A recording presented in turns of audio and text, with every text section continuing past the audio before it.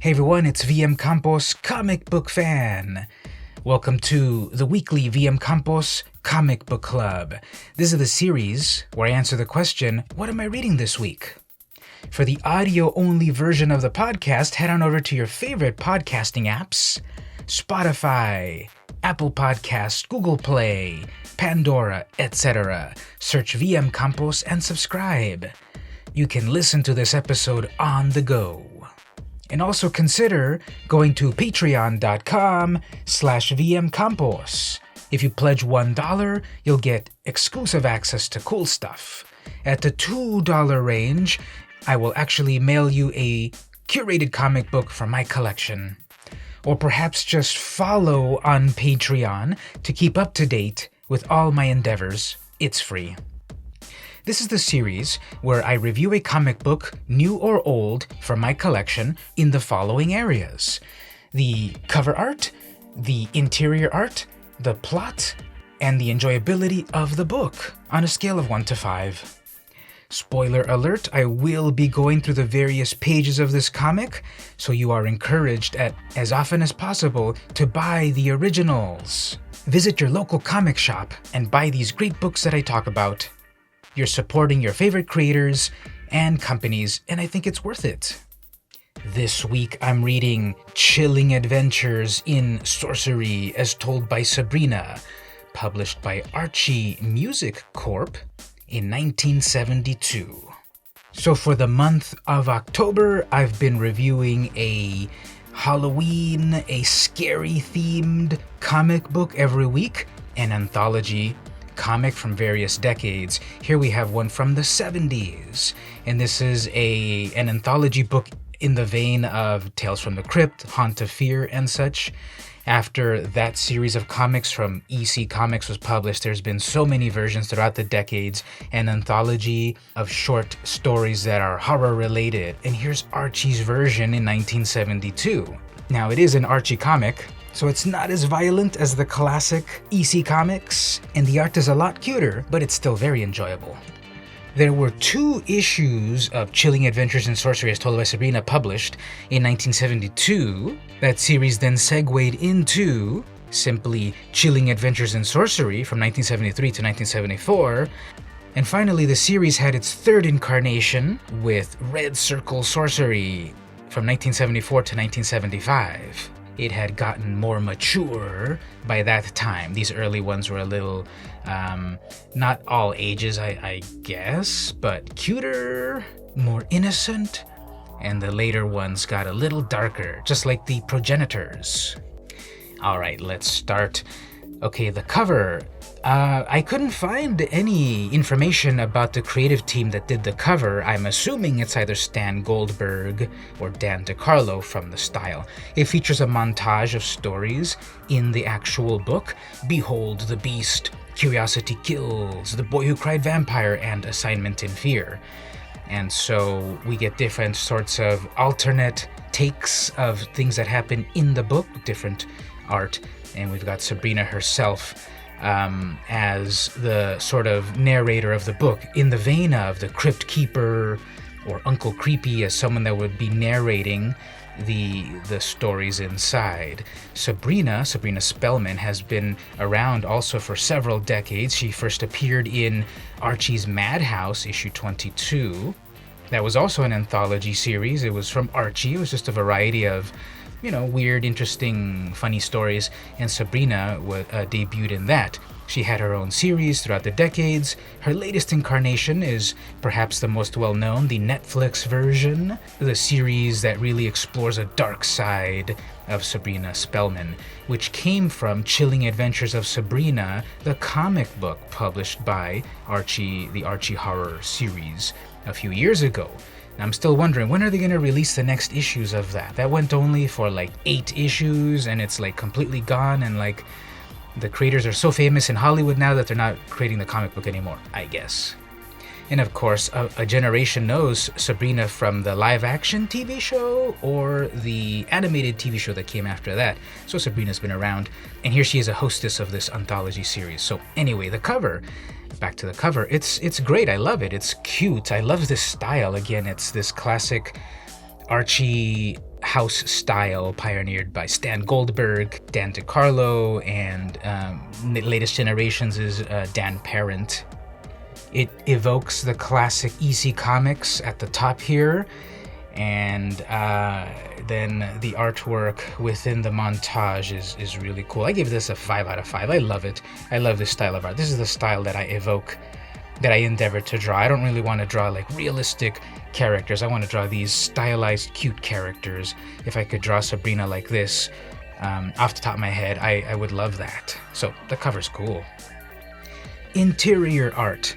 There are several stories in this comic. 5 of them are graphic stories. 1 of them is a text story. And the art in all of them is very consistent. It's that Archie house style. This could be a regular Archie comic because the art is by either Stan Goldberg or Dan DeCarlo. So it feels like an Archie comic. I could see Veronica in the background somewhere. Although there are flashes of a different sort of style here and there. There's an amazing shot of Uncle Brucey, who is suspected of being a vampire, using his evil powers upon Stanley, and the art on that is amazing. Very enjoyable art. I give it a 5 out of 5. It, again, is this style of art that I really like, that I wish I could draw myself. It has a little bit more of an edge because this is more of a maybe an older teen or a mid-teen focused book rather than a young kid or adolescent sort of book, and they can put a little bit of an edge here and there. There's a shot of Sabrina in, what is that, I guess a micro mini skirt, and showing a lot of leg in her go-go boots. There's nothing particularly violent, although at a few points there are like these creatures that do look a little bit more towards horrific. When one of the bullies gets his comeuppance, he transforms into a hideous mess. There's a kind of a somewhat provocative shot of, as the story ends, she's wrapping up the story, and she's in her nightgown, and there's one of the straps falling off of her shoulder, again revealing a little bit of skin. I doubt that would have been in a regular Archie comic. It's just subtle things like that that also make it look like a slightly more mature comic. There's a guy totally hung in a tree in silhouette, completely dead. That, of course, would never be in a regular Archie comic. So the style, there's a lot of moodiness. There's some great shots in the rain. There's a very cute aspect of it throughout the whole book, but a little bit of an edge here and there. A guy runs off a cliff in a mad haze after being driven insane by evil spirits. So great art. 5 out of 5 as well. The stories are also very enjoyable. They're, again, a little bit more edgy than you would think for an Archie comic. They were all written by Frank Doyle. There is a prose story that is a first-person account of a psychic pyromancer with no credits. I couldn't find any credits who wrote it. Probably Frank Doyle as well, although the style of it and the dialogue is different than the rest of the book, so who knows. Some of these earlier comics, their credits were just nowhere to be found because you were being hired to work on these companies and you were grateful for it. No credit for you. And they all have these twist endings and they build up pretty well to the shock of the end, so they're enjoyable. I'll give these stories also a 5 out of 5. I like the variety of them. There's some about vampires and hideous creatures and evil spells and revenge and such, so pretty enjoyable.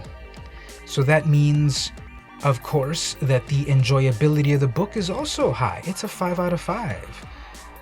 Visually, the book is very enjoyable. You get a sense of a classic Archie style with a little bit of an edge of horror, so the writing and the art is great.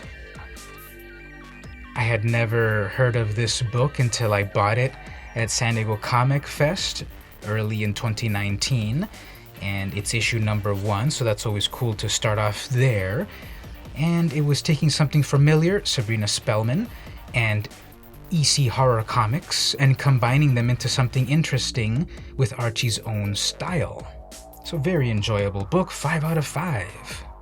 I now want to track down the continuation of the book, going over to Chilling Adventures in Sorcery. Sabrina was no longer hosting that book. It continued on the same vein. And then eventually that became Red Circle Sorcery, because Archie created an imprint to focus on their other properties. They didn't want to fully focus it on the Archie series. It became Red Circle Comics. And so that eventually morphed into its final incarnation, Red Circle Sorcery. Some of those covers look pretty amazing, so I want to check out a few of those comics at some point. I gotta go off on eBay then to go get them. Once again, if you'd like to hear the audio-only version of the podcast as you're on the go, head on over to your favorite podcasting apps. I'm everywhere: Stitcher, Google Play, Apple Podcasts, Pandora, Spotify. Search for vmcampos and subscribe. If you'd like to pledge to the podcast to keep it going, to keep me funded, head on over to patreon.com/vmcampos. For as little as $1, you can get exclusive stuff. For $2, I will send you a curated comic book from my collection. Or simply follow on Patreon. It's a great way to keep up to date with everything that I do.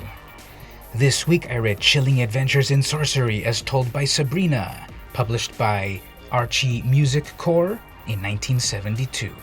This has been the weekly VM Campos Comic Book Club, and I'll see you next week.